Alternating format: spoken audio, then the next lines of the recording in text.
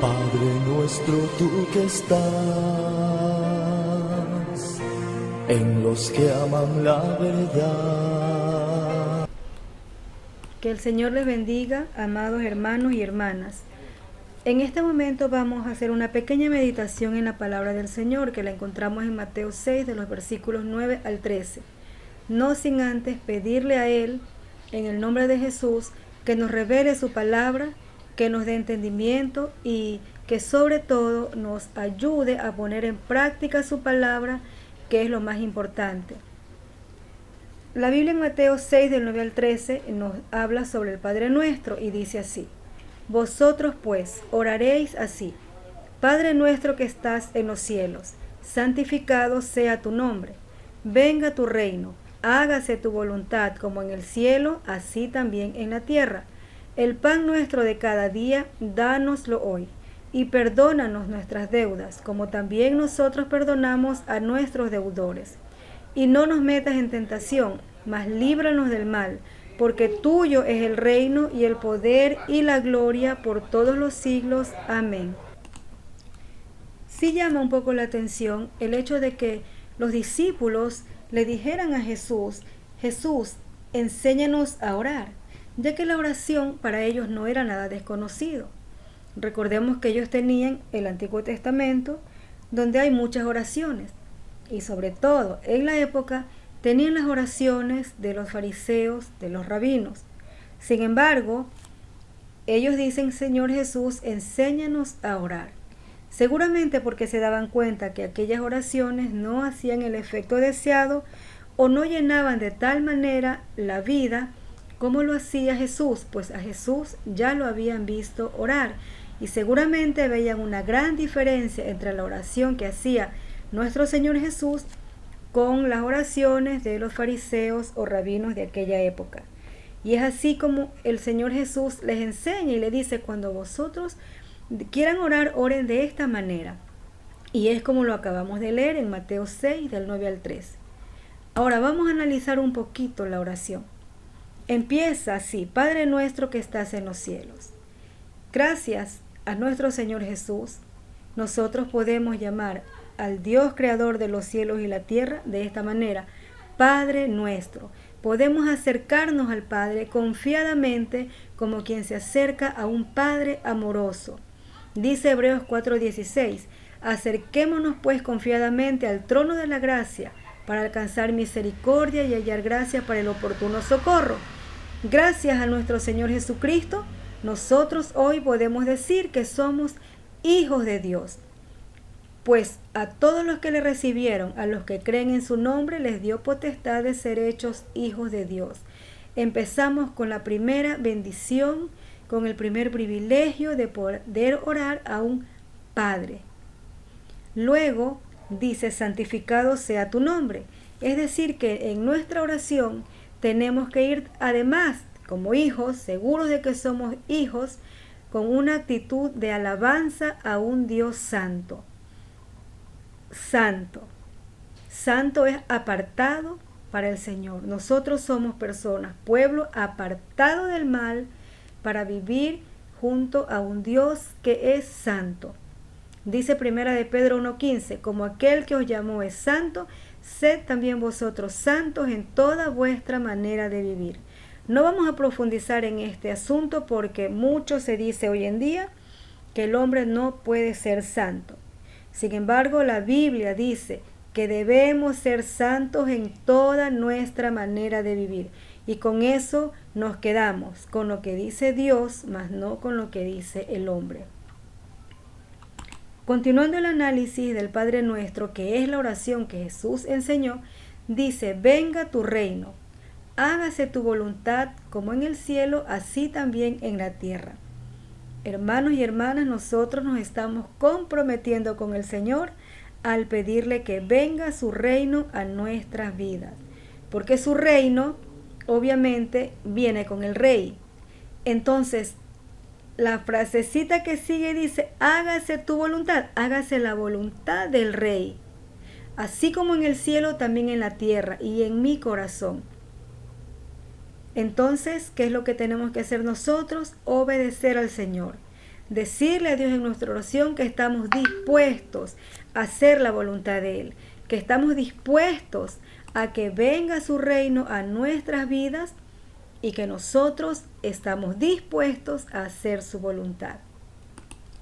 Primera de Juan 5:3 dice, pues este es el amor a Dios, que guardemos sus mandamientos, y sus mandamientos no son gravosos.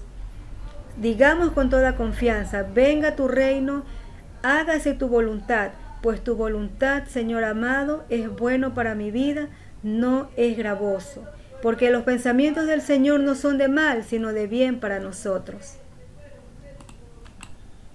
Continuando con el análisis del Padre Nuestro, el versículo 11 dice, el pan nuestro de cada día, dánoslo hoy. Cuando hablamos del pan nuestro de cada día, no nos referimos solamente en forma literal a la comida, pero hacemos hincapié donde dice de cada día. El día a día viene con necesidades, cada día pueden presentarse dificultades en nuestras vidas, cada día tenemos que hacer una oración al Señor. Cuando decimos el pan nuestro de cada día, queremos decir nuestra salud, nuestra economía, nuestro negocio, nuestra familia. Esa es nuestra vida diaria. El pan nuestro de cada día, dánoslo hoy. Dice Primera de Pedro 5:7, echando toda vuestra ansiedad sobre Él, porque Él tiene cuidado de vosotros. Cuando decimos el pan nuestro de cada día, nos referimos a nuestras necesidades diarias. Nuestras necesidades diarias podemos dárselas al Señor, echando todas nuestras necesidades y ansiedades sobre Él, confiados de que nuestro Padre que está en los cielos tiene cuidado de nosotros. Versículo 12 dice, y aquí sí tenemos que ser muy cuidadosos y interiorizar mucho esta palabra. Y perdónanos nuestras deudas, así como también nosotros perdonamos a nuestros deudores. Tenemos que ver aquí la frase, por eso aquí si ustedes la pueden ver está entre comillas, así como. Yo te ayudo así como tú me ayudaste en aquella ocasión. Yo te acompaño así como tú me acompañaste en aquella ocasión.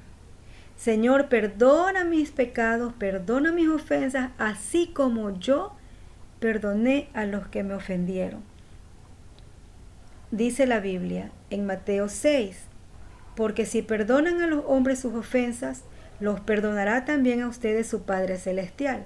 Mas si no perdonan, tampoco su Padre les perdonará. Miren, hermanos, esto es muy importante. Perdonar. Muchas veces decimos, es difícil perdonar. En primer lugar, pedir a Dios que nos enseñe a perdonar. El perdón, además, hermanos, es una decisión que nosotros tomamos.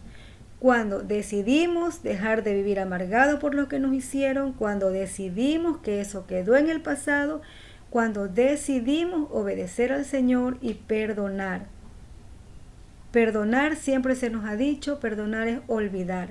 Pero yo creo que hoy ya debemos empezar a cambiar esa frase y decir perdonar es superar. Porque obviamente como humanos somos inteligentes, tenemos memoria y podemos guardar miles de recuerdos. No podemos olvidar algo que nos han hecho. Hay personas que pueden tener en su mente, porque tienen tan buena memoria, recuerdos de hace mucho tiempo. Pero cuando decimos perdonar es superar, queremos decir que usted puede recordar lo que le hicieron, pero ya no lo lastima. Usted puede recordar la ofensa que le hicieron, cómo lo hirieron. Pero si usted ya le llegan esos recuerdos y usted está tranquilo, usted ya no tiene nada, no tiene odio, no tiene nada en contra de esa persona que lo ofendió, quiere decir que usted ha superado, que usted ha perdonado. Entonces, mis hermanos, esta parte del Padre Nuestro es muy profunda, porque si nosotros no perdonamos, nuestro Padre que está en los cielos tampoco nos perdonará. Y no nos metas en tentación, mas líbranos del mal, dice el versículo 13.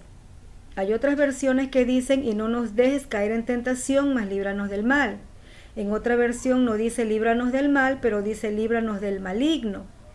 Pero sea cual sea la versión, el asunto está en que las tentaciones siempre van a existir. El enemigo nos va a poner siempre tentaciones, pero nuestra oración debe ser líbranos del mal y líbranos del tentador, líbranos del enemigo. ¿Qué es tentación? Según el diccionario, tentación es el impulso de hacer o tomar algo atrayente, pero que puede resultar inconveniente. Tentación también puede ser persona, cosa o situación que atraen de forma irresistible. Y la Biblia en Santiago 1:13, en cuanto a la tentación, dice: cuando alguno es tentado, no diga que es tentado de parte de Dios, porque Dios no puede ser tentado por el mal, ni Él tienta a nadie, sino que cada uno es tentado cuando de su propia concupiscencia o deseos es atraído y seducido. Entonces la concupiscencia o el deseo propio, después que ha concebido, da a luz el pecado, y el pecado, siendo consumado, da a luz la muerte. Vemos que en sí mismo la tentación no es un pecado. El problema es ya ceder a la tentación y entonces se da a luz el pecado y la muerte. El pecado da a luz la muerte. Todos podemos ser tentados, pero confiemos en el Señor. La Biblia dice, líbranos del mal. No dice, me libraré yo mismo del mal. No dice, voy a confiar ni siquiera en mi autocontrol.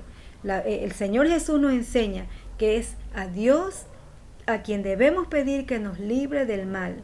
Nadie sea sabio en su propia opinión, dice la palabra. Maldito es el hombre que confía en el hombre, dice la palabra. O sea, lo que nos está queriendo decir es que debemos de pedir al Señor que nos ayude en la tentación y que nos libre y que no nos creamos autosuficientes. Porque tuyo es el reino y el poder y la gloria por todos los siglos. Amén. Así termina la oración del Padre Nuestro, reconociendo que todo es del Señor. Dijimos, venga tu reino, danos poder para las tentaciones, pues todo eso es posible. ¿Por qué? Porque Dios es todopoderoso. Somos hijos de Dios porque así fue la voluntad de Dios, porque de Él es el reino, el poder y la gloria. Podemos vivir en santidad porque Él es soberano, de Él es el reino, el poder y la gloria.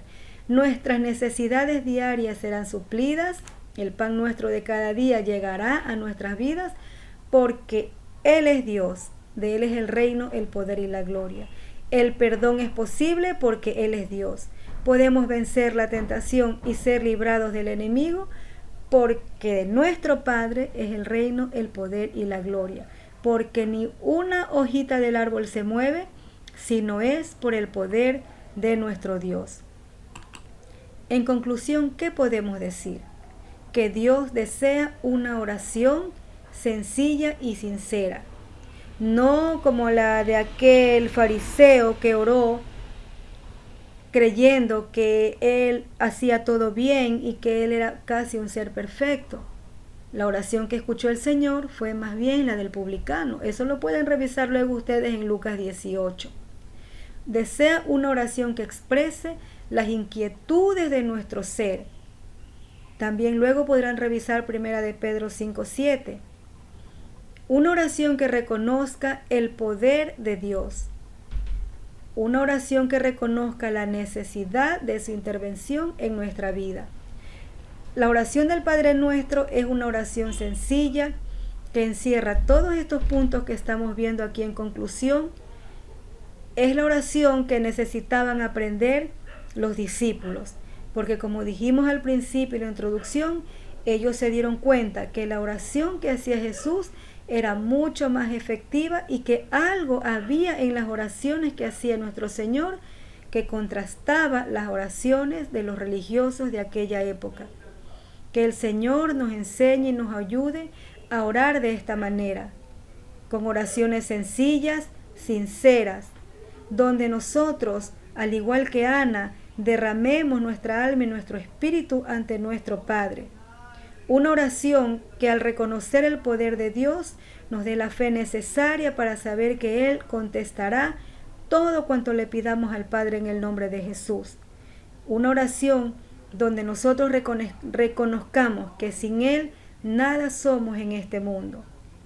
El Señor dijo que todo lo que le pidamos al Padre en el nombre de Jesús, Él lo hará. Acerquémonos pues confiadamente en oración a nuestro Padre Celestial, que si nosotros, siendo malos padres, sabemos dar buenas dádivas a nuestros hijos, cuánto más el Señor no nos dará lo que nosotros le pidamos. Así que, hermanos y hermanas, en el Padre Nuestro tenemos una guía y un modelo en la cual nosotros podemos orar y dirigirnos al Señor con toda nuestra fe, sabiendo que Él nos va a contestar. Que el Señor añada bendición a su palabra y que el Señor me los bendiga.